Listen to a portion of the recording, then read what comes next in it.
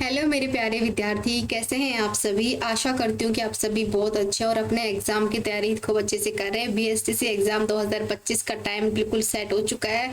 अब तो 1 जून भी आने वाली है, अब तो एक वीक का टाइम भी नहीं बचा है। तो चलिए स्टार्ट करते हैं अपनी क्लास को और राजस्थान जीके के मोस्ट इंपोर्टेंट क्वेश्चन को सोल्व करते हैं। तो चलिए स्टार्ट करते हैं। Welcome to Ram classes. तो फर्स्ट क्वेश्चन आता है कि क्षेत्रफल के अकॉर्डिंग बताना है कि राजस्थान का भारत में कौन सा स्थान होगा। तो आपको बताना है कौन सा हो जाएगा। ये तो बच्चे बच्चे को पता है कि क्षेत्रफल की दृष्टि से देखा जाए तो भारत में राजस्थान का कौन सा स्थान आता है फ्रेंड्स, फर्स्ट आता है। ऑप्शन नंबर सी इसका राइट आंसर हो जाएगा। नेक्स्ट आपके सामने दिया गया है, राजस्थान में अकाल व सूखे से प्रभावित गांवों की संख्या किस वर्ष सर्वाधिक थी।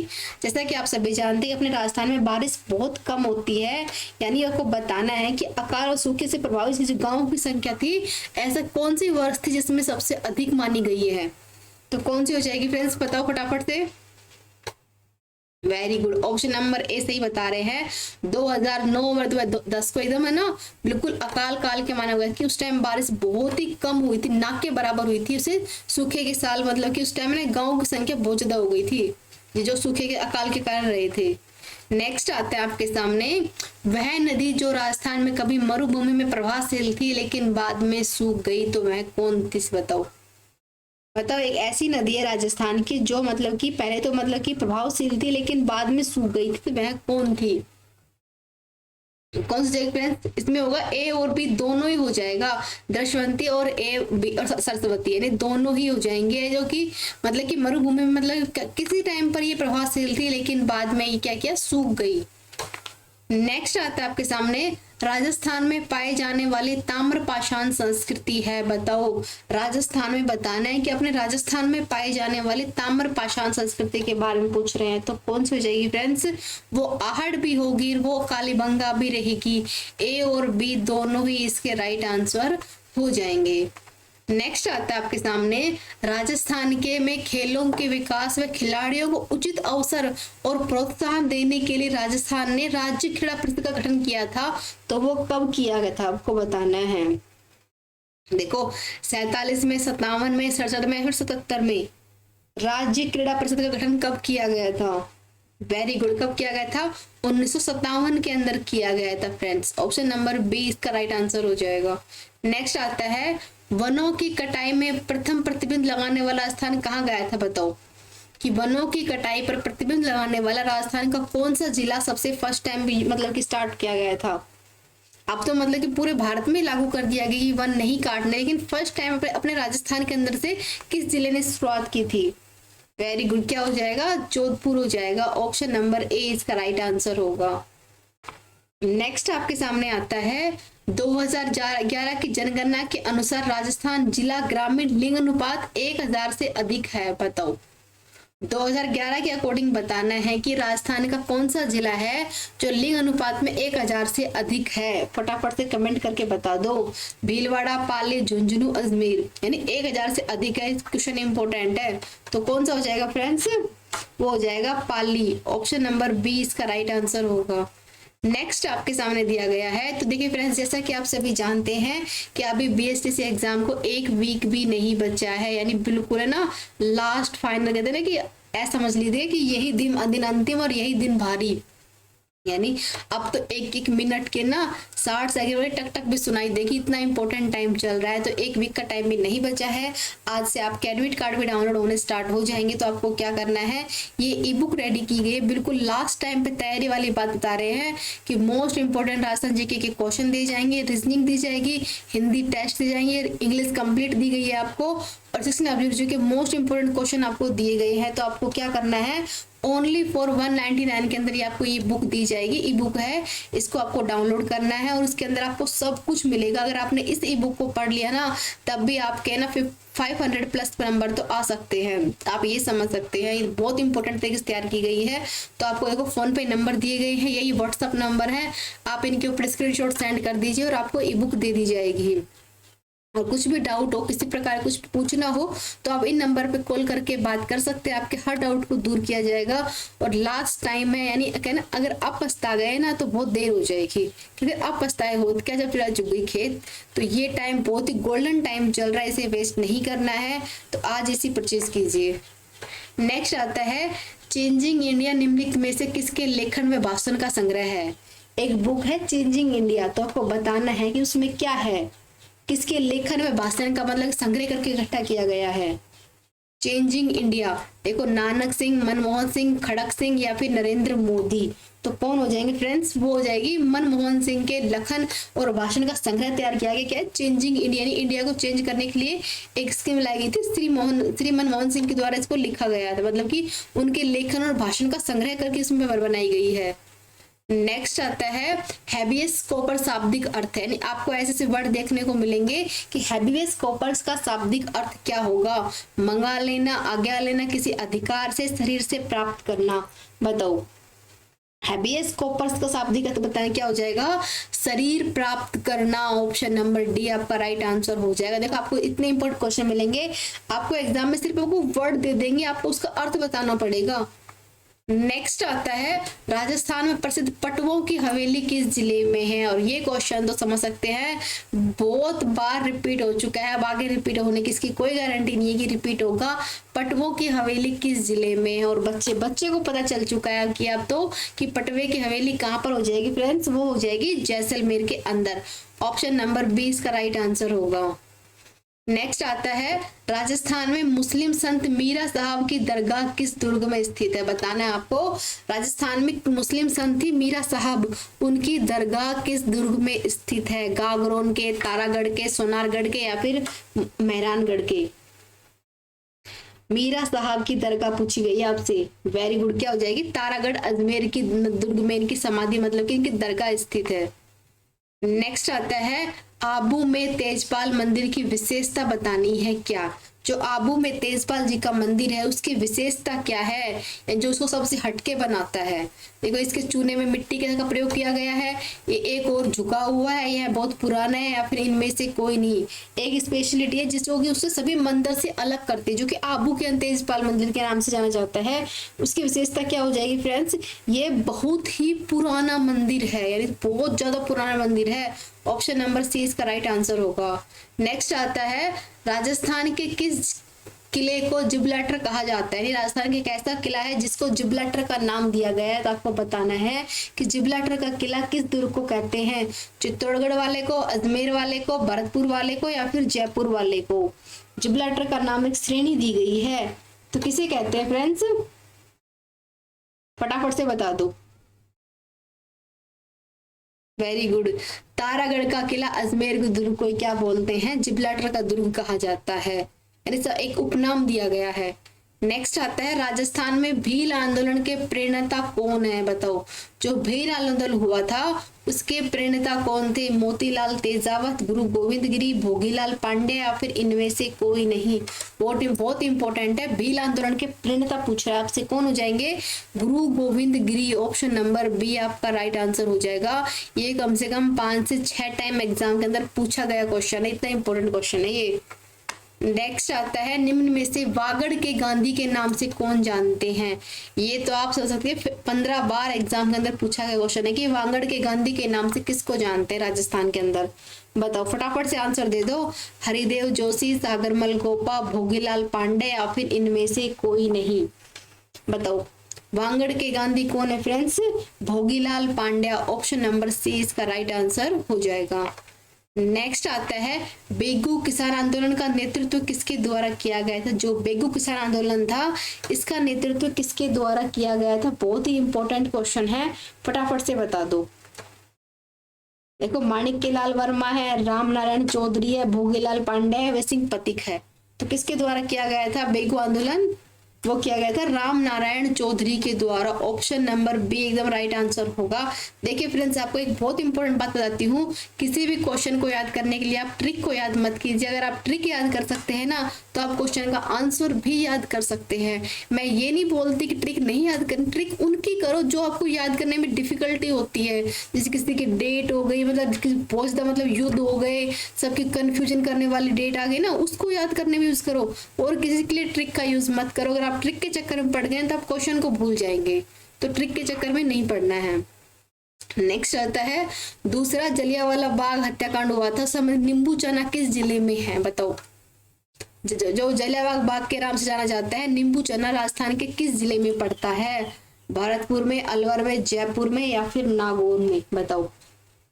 नींबू चना, नीमराना नहीं पूछा, नींबू चना पूछा गया है, तो क्या पड़ जाएगा फ्रेंड्स? ये अलवर में पड़ जाएगा। ऑप्शन नंबर बी इसका राइट आंसर होगा। नेक्स्ट आता है दुधवा खारा आंदोलन किस रियासत से संबंधित है, बताओ। जो दुधवा खारा आंदोलन है वो किस रियासत से बिलोंग करता है? ऐसे क्वेश्चन ही पूछेंगे, ज्यादा डीपली क्वेश्चन आपसे नहीं पूछेंगे, लेकिन हर क्वेश्चन इंपॉर्टेंट है अपने लिए। देखो कोई लेवल नहीं होता है कि पटवारी का है तो देखो पटवारी का है तो वो भी राजस्थान जी की ही आएगी, बीएसटीसी में भी राजस्थान जी की आएगी, लेकिन सिर्फ फर्क इतना है कि पटवारी में बहुत डीपली पूछा जाएगा आपसे, और इसमें सिर्फ मोटा मोटा पूछा जाएगा, जो कि सिर्फ मोटा मोटा एक शाब्दिक अर्थ के तौर पे, यानी किसका आंदोलन किससे जुड़ा हुआ है। तो बताओ, आप सिर्फ ये पूछा है कि दुधवा खारा आंदोलन किस तरह से जुड़ा हुआ है, इसमें कौन कौन था, किसकी भागीदारी हुई थी, कैसे कैसे हुआ था, किसने इसका नेतृत्व किया था, ऐसे क्वेश्चन आपसे नहीं पूछे जा रहे हैं, यानी ऊपर ऊपर से पूछा जा रहा है। तो बताओ किससे हो जाएगा? अलवर, बीकानेर, जैसलमेर या भरतपुर? वेरी गुड, क्या हो जाएगा? बीकानेर से हो जाएगा। ऑप्शन नंबर बी राइट होगी। जो दुधवा खारा आंदोलन है वह बीकानेर से जुड़ा हुआ है। सिर्फ आपको ऊपर ऊपर का पढ़ना है, जब भी तो बोल रही हूँ ना, आपको सही गाइडेंस होना बहुत जरूरी है। देखो बुक लेकर बैठना एक अलग बात है, लेकिन इस बुक देखो वही बुक को पटवारी वाला भी पढ़ेगा और वही बुक को बीएसटीसी वाला भी पढ़ेगा, पर दोनों में फर्क बहुत ज्यादा है। तो हमें सिर्फ वो पढ़ना है जो हमारे लिए जरूरी है। नेक्स्ट आता है आपके सामने, राजस्थान में स्टोन इंस्टीट्यूट पार्क कहाँ पर स्थित है, बताओ। स्टोन के बारे में पूछ रहा है तो भरतपुर, जयपुर, दौसा, उदयपुर, फटाफट से बता दो। स्टोन इंडस्ट्रियल पार्क पूछा गया है तो कहाँ हो जाएगा फ्रेंड्स? जयपुर में होगा। ऑप्शन नंबर बी इसका राइट आंसर हो जाएगा। नेक्स्ट आता है, राजस्थान के किस दुर्ग की ऊंचाई विशेषता के लिए कहा जाता है कि इसे देखने के बाद पहाड़ी गिर जाती है, बताओ, मतलब कि पगड़ी गिर जाती है। एक ऐसा दुर्ग है उसकी ऊंचाई इतनी है कि हमें अपनी गर्दन को ऐसे करके देखना पड़ता है कि उसे देख रहे हैं, हमारे जो सर पे पगड़ी होती है ना, पांचा होता है, वो गिर जाता है। तो किसके लिए कहा जाता है? तारागढ़, मंडलगढ़, कुंभलगढ़, अचलगढ़? किसकी ऊंचाई बहुत ज्यादा है? वेरी गुड, क्या हो जाएगा? कुंभलगढ़ दुर्ग की ऊंचाई बहुत ज्यादा है। ऑप्शन नंबर सी इसका राइट आंसर होगा। नेक्स्ट आता है, देखिए फ्रेंड्स, जैसा कि मैंने आपको बताया क्वेश्चन बहुत इंपॉर्टेंट है, आप क्लास में देख रहे हो, इससे भी इंपॉर्टेंट क्वेश्चन आपको मिलने वाले हैं। रीजनिंग, हिंदी, इंग्लिश सब कुछ आपको मिलने वाली है। ओनली फॉर 199 के अंदर आपको आज इसे ज्वाइन करना है, जो कि बीएसटीसी एग्जाम के लिए रामबाण साबित होने वाली है। अगर आपको ट्रस्ट नहीं हो रहा है तो देखो 1 जून को आप एग्जाम देना और 2 जून को आप कमेंट में जरूर बताना कि आपको कितने क्वेश्चन इस ई बुक से आए हैं।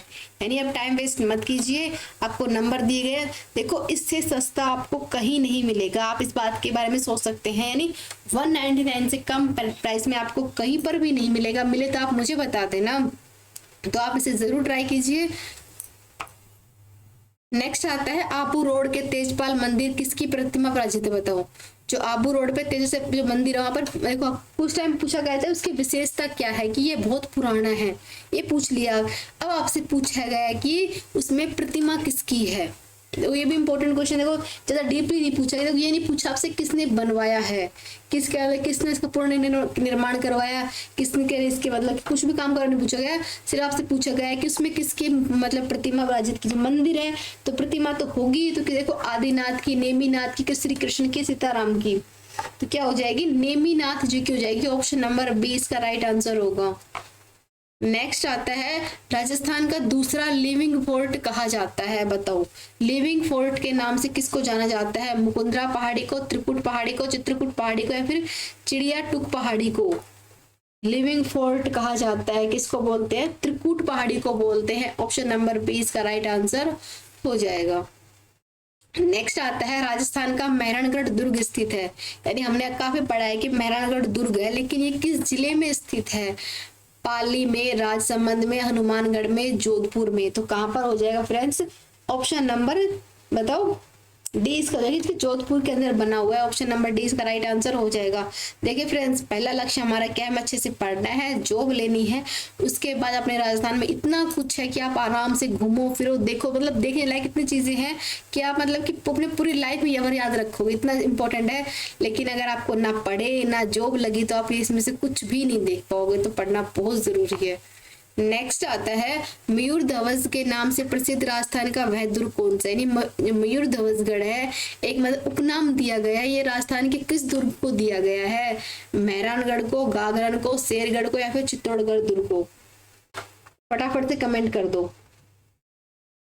मयूर ध्वजगढ़, वेरी गुड, मेहरानगढ़ को दिया गया है। ऑप्शन नंबर ए इसका राइट आंसर होगा। नेक्स्ट आता है, चिड़ियाटुक की पहाड़ी स्थित है। ये अभी देखो इंपॉर्टेंट है, इसे रिपीट हुआ है। चिड़ियाटुक पहाड़ी कहाँ पर स्थित है, भटनेर में, मेहरानगढ़ में, कुंभलगढ़ में, या फिर मांडलगढ़ में। ऑप्शन देख के बताओ। चिड़ियाटुक की पहाड़ी कहाँ हो जाएगी, ये हो जाएगी मेहरानगढ़ दुर्ग में ही हो जाएगी। देखो मयूर ध्वजगढ़ भी इसी का ही मतलब उपनाम है, और चिड़ियाटुक की पहाड़ी कहाँ पर है, ये भी मेहरानगढ़ दुर्ग के अंदर ही है। यानी हर दुर्ग के बारे में कुछ ना कुछ इंपॉर्टेंट है, अच्छे से पढ़ कर जाना बहुत जरूरी है। नेक्स्ट आता है, गढ़ बिटले की पहाड़ी तारागढ़ अजमेर दुर्ग का निर्माण किसने करवाया। देखो इसमें देखो, गढ़ बिटले की पहाड़ी कहाँ पता चल गया, तारागढ़ फोर्ट का है, अजमेर में पता चल गया, लेकिन इसका निर्माण किसने करवाया आपको ये बताना है। तो किसने करवाया था, तो देखो इसे सोचने की बात है। जब बात तारागढ़ की आ गई, अजमेर की आ गई, तो किसका हो जाएगा बताओ। अब देखो अर्णव राज और अजय राज में कंफ्यूज हो जाएंगे, तो फ्रेंड्स अर्णव राज नहीं होगा, अजय राज चौहान हो जाएगा। ऑप्शन नंबर बी इसका राइट आंसर होगा। नेक्स्ट आता है, सोनारगढ़ दुर्ग का निर्माण किसने करवाया था। जो सोनारगढ़ दुर्ग है, इसका निर्माण किसके द्वारा करवाया गया था, नाग भट्ट प्रथम ने, राव बीका ने, भाटी राजा भूपत ने, या फिर राव जैसल ने। बताओ सोनारगढ़ दुर्ग का निर्माण किसने किया था, राव जैसल ने करवाया था। ऑप्शन नंबर डी इसका राइट आंसर होगा। नेक्स्ट आता है आपके सामने, चित्तौड़गढ़ दुर्ग कौन सा है बताओ। इसका उपनाम बताना है कि गिरी दुर्ग है, वन दुर्ग है, परिधि दुर्ग है, जल दुर्ग है। यानी इसके बारे में एक फैक्ट कहा जाता है कि बताओ चित्तौड़गढ़ दुर्ग का उपनाम पूछा गया आपसे, क्या हो जाएगा, गिरी दुर्ग। ऑप्शन नंबर ए इसका राइट आंसर हो जाएगा। नेक्स्ट आता है, राजस्थान का कौन सा दुर्ग ऐसे गिरी दुर्ग का नेम है बताओ। तारागढ़, गागरोन दुर्ग, कुंभलगढ़ दुर्ग, चित्तौड़गढ़ दुर्ग, बताओ कौन सा हो जाएगा, फटाफट से बता दीजिए।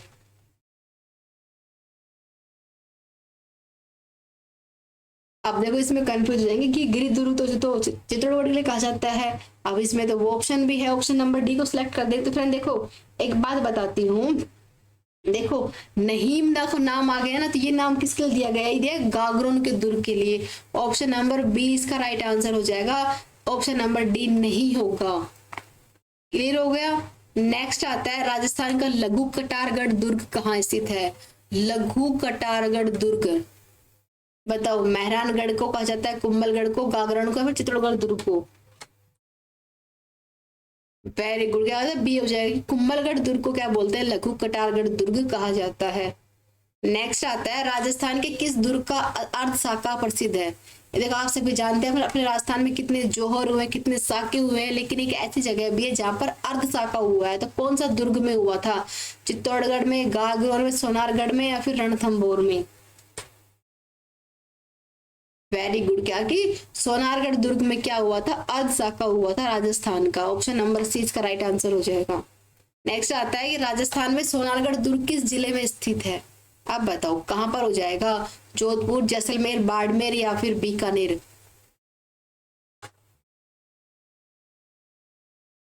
देखो कुछ टाइम पहले ही मैंने आपको बताया था कि इसका निर्माण किसके द्वारा करवाया गया था, बताओ। राव जैसल ने करवाया था, बताया था जस्ट मैंने आपको पहले बताया था। तो अब देखो ये कहाँ हो जाएगा, जैसलमेर के अंदर ही होगा। ऑप्शन नंबर बी इसका राइट आंसर हो जाएगा। नेक्स्ट आता है, किस दुर्ग को भाटी भंड किवाड़ भी कहा जाता है। भाटी भंड किवाड़ किस दुर्ग के लिए कहा जाता है, सिवाना के दुर्ग के लिए, सोनारगढ़ दुर्ग के लिए, जालोर दुर्ग के लिए, भटनेर दुर्ग के लिए।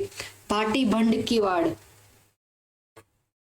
तो फ्रेंड्स सोनारगढ़ दुर्ग को ही बोलते हैं भाटी बंद किवाड़। तो देखो हर दुर्ग के बारे में कुछ ना कुछ इंपॉर्टेंट है, तो अच्छे से पढ़कर बहुत जाना जरूरी है। राजस्थान की आन बान शान इनके दुर्ग ही हैं। नेक्स्ट आता है राजस्थान का कौन सा दुर्ग ऐसा है कि प्राप्त काल व सूर्यास्त के समय मतलब कि लालिमा सोने के समान चमकता है, बताओ। यानी सूर्य उदय और सूर्य अस्त के टाइम पे जो टाइम है ना, उसकी लालिमा सोने की तरह चमकने वाली होती है। तो कौन सा दुर्ग होता है? सोनारगढ़ है, गगाग्रोन, लोहागढ़ या फिर मेहरानगढ़। तो फ्रेंड देखो, हम लोग कुछ पहले कि स्वर्ण नगरी के नाम से किसको जानते हैं? हम जैसलमेर को जानते, तो सोनारगढ़ दुर्ग ही हो जाएगा। ऑप्शन नंबर 20 का राइट आंसर हो जाएगा। नेक्स्ट आता है कि भारत में प्राचीन टाटा नगर के नाम से विख्यात राजस्थान राज्य का पुरातन स्थल रेड टोंक एशिया का सबसे बड़ा भंडार है, बताओ कहां पर, किस चीज के लिए भंडार है? बताओ, एशिया का सबसे बड़ा भंडार पूछा गया था, बताओ किस चीज के लिए बहुत स्पेशल है ये? कांस्य बर्तन के लिए, प्राचीन औजार के लिए, सिक्के के लिए, मृण मूर्तियों के लिए, बताओ। जो कि टाटा नगर के नाम से विख्यात है राजस्थान का, इसे हो जाएगा प्राचीन सिक्कों के लिए फेमस है। ऑप्शन नंबर सी इसका राइट आंसर हो जाएगा। नेक्स्ट आता है राजस्थान का गौरव कहा जाता है, बताओ राजस्थान का गौरव किस चीज के लिए कहा जाता है? मेहरानगढ़ दुर्ग को, चित्तौड़गढ़ दुर्ग को, जयगढ़ फोर्ट को या फिर रणथंभौर फोर्ट को? चार ऑप्शन को पढ़िए, बताओ गौरव कहा जाता है, बताओ। तो आप सभी अच्छे से जानते हैं कि राजस्थान का गौरव किसे कहा जाता है? चित्तौड़गढ़ दुर्ग को कहा जाता है। ऑप्शन नंबर 20 का राइट आंसर। ये तो बच्चे बच्चे को पता है, बहुत इजी क्वेश्चन है। नेक्स्ट आता है आपके सामने, मीरा मंदिर व पद्मिनी महल कहाँ पर स्थित है, बताओ। एक ऐसी जगह है राजस्थान की जहां पर मीरा मंदिर व पद्मिनी महल स्थित है, तो वो कहां पर है आपको ये बताना है। तो कहां पर, देखो पद्मिनी के नाम से आप पहचान गए कि कहाँ हो जाएगा, चित्तौड़गढ़ के अंदर ही होगा। Option number B right answer हो जाएगा। और मीरा मंदिर भी यही है और पद्मिनी महल भी यही है। क्लियर हो गया? तो देखिए फ्रेंड्स, क्वेश्चन बहुत इंपॉर्टेंट करवाए हैं मैंने आपको।